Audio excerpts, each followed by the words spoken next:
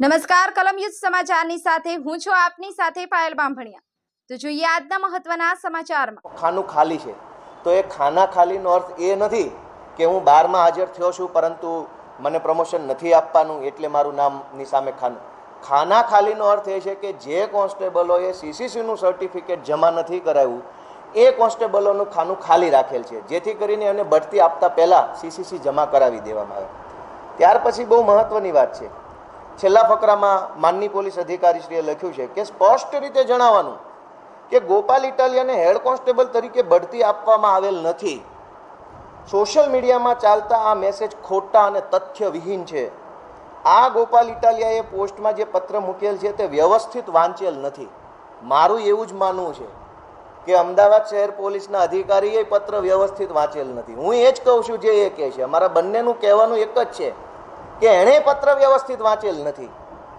મને Gopal ઇટાલિયાને head constable તરીકે બઢતી આપવામાં આવેલ નથી, એના કરતાં પણ ગંભીર સવાલ એ છે કે ગોપાલ ઇટાલિયા રાજીનામું જ્યારે આપ્યું ત્યારે પોલીસ કોન્સ્ટેબલ એટલે કે પોલીસ લોકરક્ષક તરીકે ફરજ બજાવતા હતા, એટલે કે 5 વર્ષના ફિક્સ પગારના પ્રોબેશનમાં હું નોકરી કરતો હતો। જો હું 5 વર્ષની નોકરી પૂરી કરું તો 5 વર્ષના અંતે મને રેગ્યુલર પે સ્કેલ એટલે કે કાયમી નોકરી એટલે કે કોન્સ્ટેબલ તરીકેની મને ડ્યુટી સોંપવામાં આવે।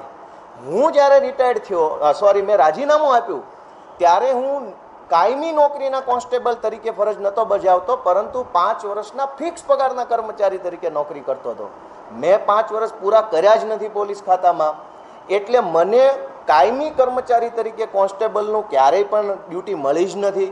જો હું કોન્સ્ટેબલ જ જીવનમાં કાયમી નથી બન્યો તો પછી કોન્સ્ટેબલમાંથી હેડ કોન્સ્ટેબલ શું કામ બનાવે છે? તો સૌથી ગંભીર ભૂલ એ છે કે હું ક્યારેય 5 વર્ષના ફિક્સ પગાર પૂરો કરીને કાયમી પગારના કોન્સ્ટેબલ તરીકે નિમણૂક પામ્યો નથી। તો આ કાયમી પગારના કોન્સ્ટેબલની લિસ્ટમાં મારું નામ શું કામ આવ્યું?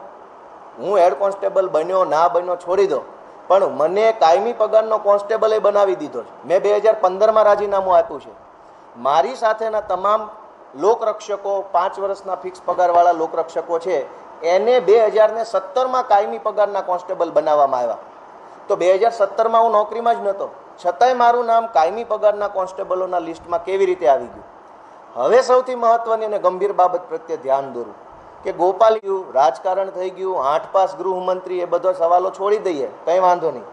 આ આખા લિસ્ટને મેં ગઈકાલે ધ્યાનથી વાંચ્યું અને મારા કેટલાક પોલીસવાળા મિત્રો અધિકારીઓના સામેથી ફોન આવ્યા, મેં ફોન કર્યા તો મને એવું જાણવા મળ્યું કે આની અંદર ખાલી મારું એકનું નહીં, અનેક એવા નામ છે કે જે લોકો હાલમાં પોલીસ ખાતામાં નોકરી કરતા જ નથી।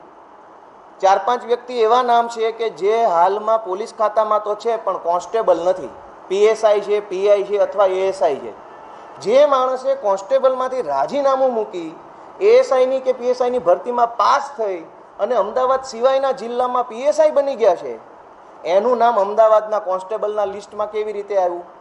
જે માણસે પોલીસમાંથી રાજીનામું મૂકીને બીજા ખાતાની નોકરીમાં ચડી ગયો છે એનું નામ અહીંયા ક્યાંથી આવ્યું? તો આ આખી યાદીમાં ગોપાલ ઇટાલિયાનું એકનું નહીં, અનેક એવા વ્યક્તિઓના નામો છે કે જે નામ અહીંયા હોવા ન જોઈએ। તો આવી ગંભીર ભૂલ, આ ગંભીર પ્રકારની બેદરકારી થઈ છે, એને સહજ રીતે સ્વીકારી અને ભૂલ સુધારવાનો પ્રયત્ન કરવાના બદલે આ જે કંઈ પણ ઘટનાક્રમ બની રહ્યો છે એ ખરેખર ખૂબ જ ખોટો છે। જે કંઈ પણ યાદી, આ પ્રવર્તતા યાદી કહો કે પ્રમોશન લિસ્ટ કહો, એની અંદર અનેક એવા નામ છે જે નામ ત્યાં હોવા ન જોઈએ।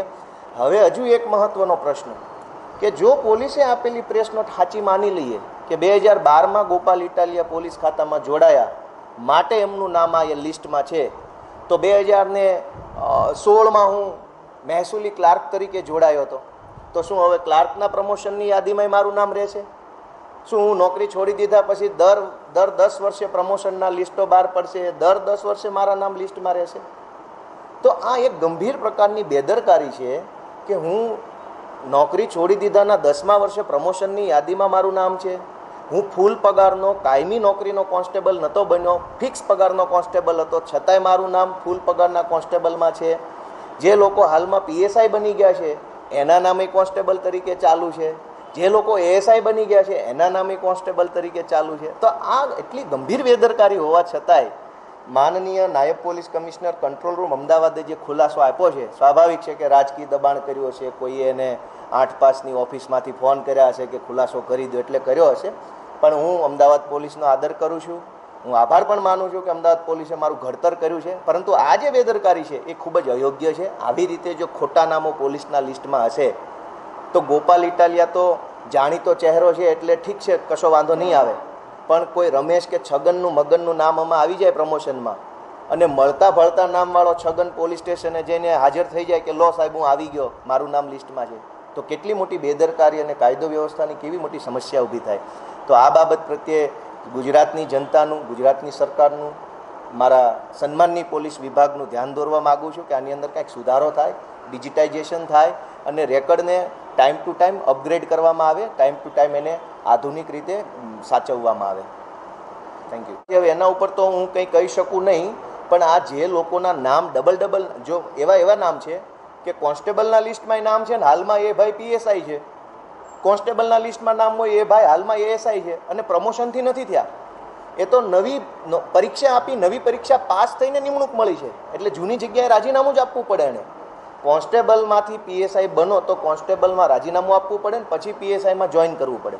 તો આ બે નામો ચાલે છે. તો એ મોટો પ્રશ્ન છે કે આ લોકોનો પગાર ઉધાર્યો હશે, કોઈએ લીધો હશે, નહીં લીધો હોય, એ તો મોટી તપાસનો વિષય છે. ગોપાલ ઇટાલિયા નહીં, કેટલાય નામો એવા છે. તો આ બધાનો પગાર કોઈ ખાઈ તો નથી ગયું ને? ના થયું હોય તો સારું, પણ થયું હોય તો એની તપાસ કોણ કરશે એ પણ મોટો પ્રશ્ન છે. मेरा नाम गोपाल इटालिया है. मैं पहले पुलिस में नौकरी करता था और उसके बाद मैं रिज़ाइन कर दिया 2015 में और उसके बाद मैं आम आदमी पार्टी में आ गया. पिछले 10 साल से मैं पुलिस डिपार्टमेंट में नहीं हूँ और 4-5 साल से मैं आम आदमी पार्टी में हूँ, काम कर रहा हूँ, इलेक्शन लड़ा हूँ. लेकिन परसों मुझे जानने में आया कि सोशल मीडिया के माध्यम से कि मुझे कांस्टेबल से हेड कांस्टेबल बनाया जा रहा है. तो मैं बड़ा हैरान हुआ कि 10 साल पहले जिस नौकरी को छोड़ दिया उसमें प्रमोशन कौन दे रहा है मुझे. जब मैंने सोचा, जाना, देखा तो पता चला कि मेरा ही नाम है और कोई नहीं है जिसका नाम और सरनेम मेरे जैसा हो. तो उसके बाद पुलिस ने एक्सप्लेन किया कि भाई ये गलत तरीके से इंटरप्रेट कर रहा हूँ. लेकिन जब मैंने पूरी लिस्ट को गौर से देखा, आराम से पढ़ा, सोचा, जाना तो पता चला कि सिर्फ मैं नहीं, कई और नाम है उस लिस्ट में जो कि अब वो कांस्टेबल है ही नहीं. तो जो आज की तारीख में कांस्टेबल नहीं है उसका नाम वहाँ पे क्यों है? जो नौकरी छोड़ के गया है, जिसने अपनी नौकरी बदल ली है, उसका नाम भी है. तो ये बड़ी गंभीर चूक है, भूल है, लापरवाही है. और ख़ास करके पुलिस डिपार्टमेंट में जहाँ पे कानून और व्यवस्था का सवाल है वहाँ पे इस तरीके की लापरवाही ठीक नहीं है. मैं चाहूँगा कि सरकार इसको दुरुस्त करे.